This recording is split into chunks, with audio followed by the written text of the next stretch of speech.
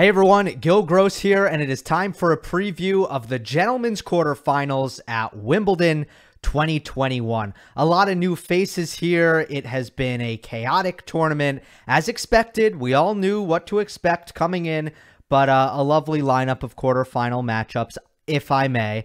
And let's start on the top of the draw, make our way down, and that means we begin with the #1 overall seed, Novak Djokovic, taking on, I would say, an established, known danger, but nonetheless an unseeded Marton Fucsovics. Djokovic has gone through Jack Draper, Kevin Anderson, Denis Kudla, and Cristian Garin, while the Hungarian has gone through Jannik Sinner, Liam Brody, Diego Schwartzman, and Andrei Rublev. These guys have played twice before, and the head-to-head is 2-0 Djokovic. Most notably, and the match that I remember, is the 2018 U.S. Open, and worth just recounting what happened there, as Fucsovics gave Novak a bit of a scare in the first round. It was sweltering hot in New York, and Fucsovics won the second set. He had chances in the third set, was in a good position there, but ended up running out of gas, losing the third 6-4 and the fourth 6-love. Again, heat was a big factor here, and Fucsovics' fitness was a real advantage for him early on in the humidity, but then he ended up getting more tired by the end of it. Anyway, Fucsovics is a great defender, and he is a fitness monster, but against a guy like Novak, who moves the ball around the court so well, who is so consistent and so good at sustaining aggression, if you end up really relying on your defense, you're gonna get worn down because you're just not gonna get those mistakes. You're not gonna extract those mistakes, and you're not going to get the errors from Novak really through your defense. So, in my opinion, if Fucsovics wants to maintain his energy levels throughout the match, he's going to need to not rely too heavily on his defensive capabilities. And to do that, he really needs to use his forehand, because Fucsovics' backhand isn't bad, but it's not very heavy at all, and it just doesn't do much damage, generally speaking. So what Novak's going to do is he's going to defend to that side, and more importantly, he's going to trade to that side. And at this level, if you don't have a very high weight of shot against a player like Novak, that is the side Novak's going to go to, and he's going to look for that weak incoming ball and attack off of that. So I don't know if Fucsovics is going to be able to hit his backhand well enough to avoid that, but what he definitely needs to do in order to avoid getting moved around like a puppet all around the court is he's going to need to be very opportunistic on his forehand. And let's see if his forehand has that level. Sometimes I think it's really great. Sometimes it's less good. The inside-in forehand is his best attacking forehand, and I think he should try to use his cross-court slice, just like he did against Andrei Rublev, to try to find those runaround forehands. So let's see if he can do that successfully. It's a tactic that can work against Novak, but also can Fucsovics find the consistency on his forehand, because sometimes it's a little bit hit or miss.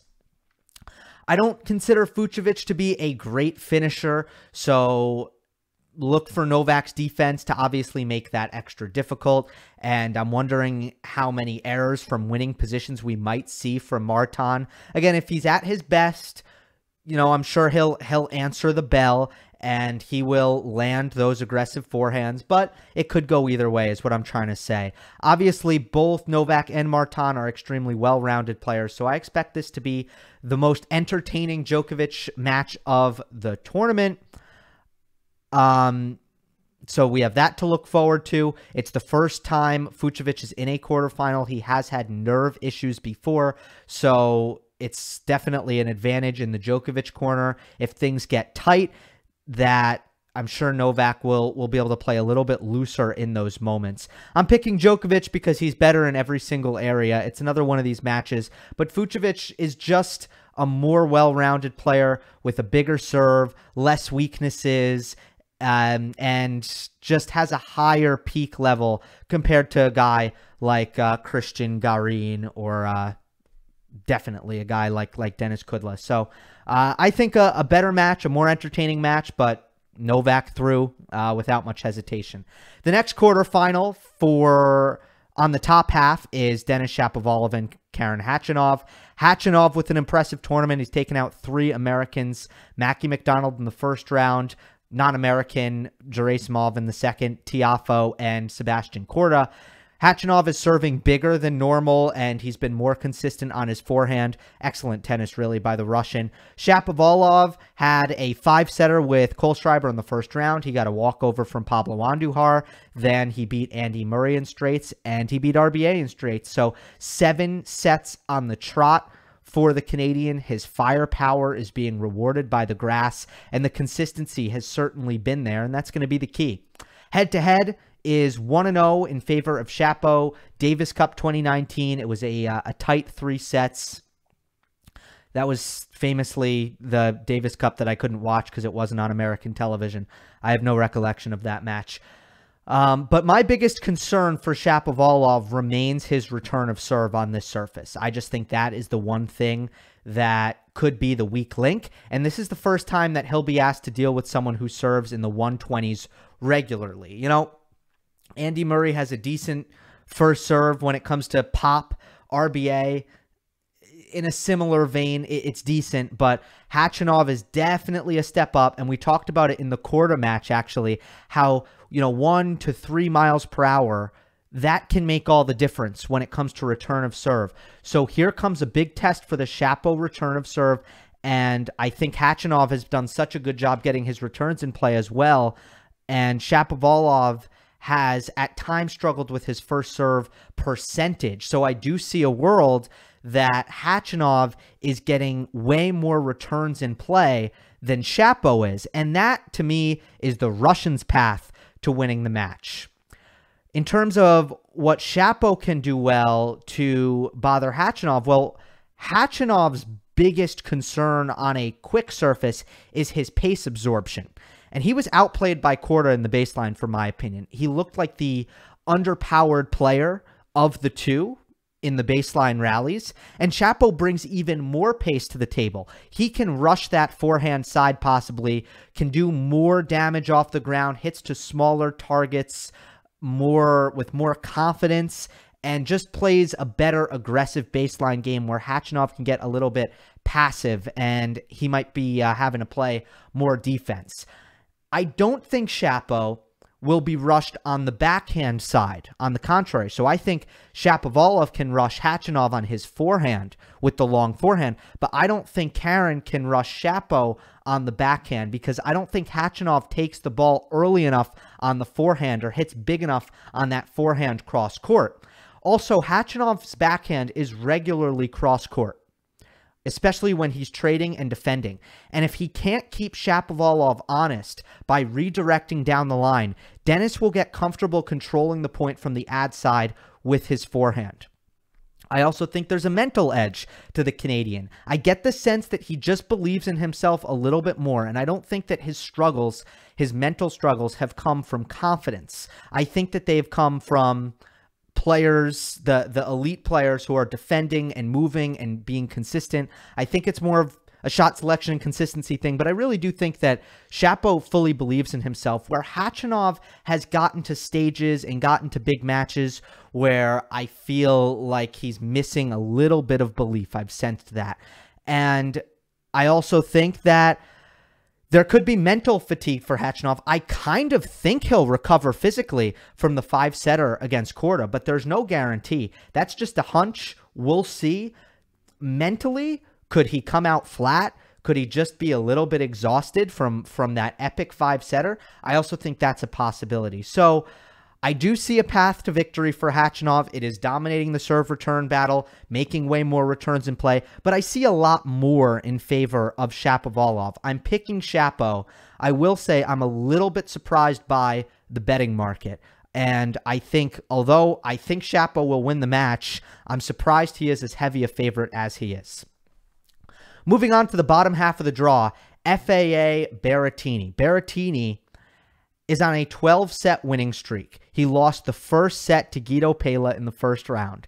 Won it in 4. Since then, got through Van de Zandschulp, Bedene, Ivashka. FAA had a very straightforward match with Montero in the first round, then went 5 sets with Ymer, got the injury against Kyrgios after dropping the first set, and then just won a 5-setter against Alexander Zverev. Again, I've said this before. I got to keep it real with you guys. I have yet to be impressed with a complete performance at Wimbledon for FAA, starting with the Ymer match. With that being said, if you just zoom out a little bit, you look at what he's done at Stuttgart, you look at what he did in Halle. Overall, he's in undeniably great form. He's picked up some really good wins. Obviously, Federer, Humbert, Sam Querrey, as I'll get to. He's played a lot of his best tennis in the last month. I just think with the pressure on in this best-of-5 format at Wimbledon, his opponents have melted a little bit. Zverev's serve completely went away. Kyrgios obviously got injured, and Ymer didn't melt. Ymer played his best tennis, but I just don't think that should have gone 5. I think FAA should have won that a little bit more easily. His head-to-head 1-0 over Berrettini, or excuse me, 1-0 in favor of Berrettini. They played in the Stuttgart final in 2019. I think I watched that from an airport in Amsterdam. Just the weird things you remember, right? It was a tight second set tiebreak that I think Berrettini won 11-9. Matteo is the hottest server in the game right now. He hasn't been challenged yet at Wimbledon. He wasn't really challenged at Queens, but we haven't really seen him against elite competition. So I'm still waiting to see that personally. But if he keeps up this serving level, we're going to have to stop calling him the hottest server in the game, and we'll have to just start calling him the best server in the game. When it comes to FAA's return, I don't have a positive hardline stance on it because I want to see more, but I think it's really good.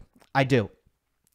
He beat Querrey in Stuttgart. That's a similar opponent, but I think FAA's athleticism really serves him well on the return. He covers large portions of the service box, in my opinion, difficult to ace, keeps his swings nice and short, and I'm intrigued to see how it holds up against Matteo. I think it's a pretty good return. Do I think it's the elite level of return that is going to give Berrettini major issues like a Novak? No, but I do think it's pretty good, and it could give him a chance. And if he loses this match, I don't think it's going to be because he didn't return well enough. Regardless, I think Berrettini's matches come with extremely thin margins, and you have to expect him to hold serve at a pretty high frequency against 99% of players, and Felix is in that 99 in my opinion. So if the margins are going to be that thin, and I think Felix's best chance is to bring Berrettini to tiebreaks, thin margins, you must limit mistakes on your serve.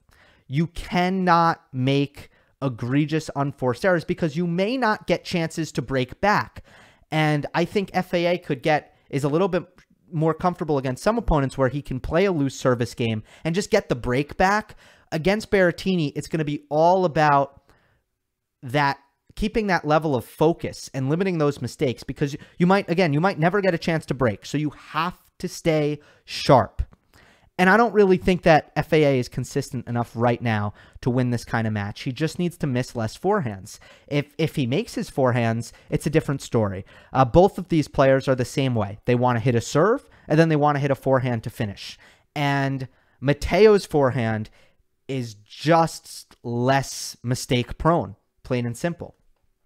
I also think Berrettini is playing with an impressive swagger under pressure. He's really fearless, playing his style at all times. When I think Felix can still get tight, he's getting better. I was very impressed with how he served out the match in the 5th set against Zverev at 5-4, but I still don't think the nerve management issues are past him. He's taking those baby steps, however, is the 20-year-old. So I have Berrettini coming through. For Federer and Hurkacz, it's still, man, I mean, it really looked like Medvedev for a while, but Hurkacz goes through a very impressive tournament with just one win from Miami, from winning Miami to Wimbledon, just one victory. He comes to the All England Club, beats Musetti, beats Guillaume, beats Bublik, and beats Daniil Medvedev with a fantastic game plan and execution, low approach shots, safe stick volleys, and very solid mistake-free tennis coming into the indoor conditions on Tuesday after getting the match delayed. Was the much sharper player, the much better player than Medvedev on the second day of that match. Meanwhile, Roger Federer escaped the first round against Mannarino after Mannarino had to retire after slipping. Then he beats Gasquet, Norrie, and Sonego. Those were all much more straightforward performances, and Roger Federer is getting better and better each match. I want to start with the Roger Federer game plan because I'm pretty confident that I know what Ljubicic and him are going to be cooking up. I think this is going to be the game plan. Against Hurkacz, you go soft stuff to the backhand, hard stuff to the forehand. The backhand is a flat shot. He wants to hit the ball at a higher contact point so he can kind of rip through that flat, straight trajectory. He doesn't want to hit up on the ball because that means he's not going to be able to hit it as hard because he doesn't have that topspin to bring the ball down. So Federer, I think, is going to keep it low and soft, make Hurkacz generate, create the pace off of the backhand from a low contact position, and that's going to make Hurkacz very, very uncomfortable. However, if you're going to attack Hurkacz with the hard stuff, if you're going to try to hit through him, Hurkacz has tremendous defense on the backhand side, even at 6'5". He's great with the open stance backhand, and he's not going to give you that high, loopy clay court defense on the backhand. He's going to give you perfect and beautiful grass court defense, keeping it very, very low, cross court, hitting it rather hard, and just that almost, I don't know if I want to call it penetrating defense, but defending low instead of defending high. Hurkacz just defends the backhand so well. So you want to go soft to the backhand, then you want to hammer the forehand, which is defensively the weaker side, but offensively, the backhand is the weaker side. So junk, slice, short, low, not a lot of pace to the backhand, then hard, topspin, flat, drive to the forehand. That's the game plan in my opinion. Federer will keep Hurkacz far away from the net with his quality of shot and his forward court positioning, unlike what Daniil Medvedev was allowing Hurkacz to do, to move forward with his deep position and his more passive defensive return style. I don't expect Federer to be bothered with how low Hurkacz keeps the ball. Federer has the option of going to the backhand slice, and he has the Eastern grip on the forehand, which makes him so good on the low balls. One thing Hurkacz will do is serve pretty big at Federer. Roger needs to do the same thing that he did against Sonego, blunt the pace, keep it low, and he should be able to get in the rallies. The biggest advantage for Hurkacz is his consistency. I'm pretty confident that he'll be able to keep his error count below Federer's. So if Federer plays a set like he did in the first set against Lorenzo Sonego, and Federer is making a lot of errors on his forehand, I think there's no way Federer wins that set against a guy like Hurkacz, who's just not going to make as many mistakes as Sonego did. So consistency is advantage to the pole, but a lot of things, in my opinion, in Federer's favor. I am picking Federer. I think there's a lot of ways that he can use his skill set to disrupt the pole and end the great run of form. It's been a great run it is a great run for Hurkacz. I'm very happy for his success, and Federer's as well, who also, some people were doubting him that he would make the quarterfinal, but I do think it is Federer who will be the one to make the Final Four. Those are my picks. Make sure you're following me at Twitter, on Twitter, at Gil_Gross. I will be live tweeting, of course, during the matches, and I'll have post-match analysis for you on the channel. Hope you enjoyed. Don't forget to subscribe. I'll see you next time.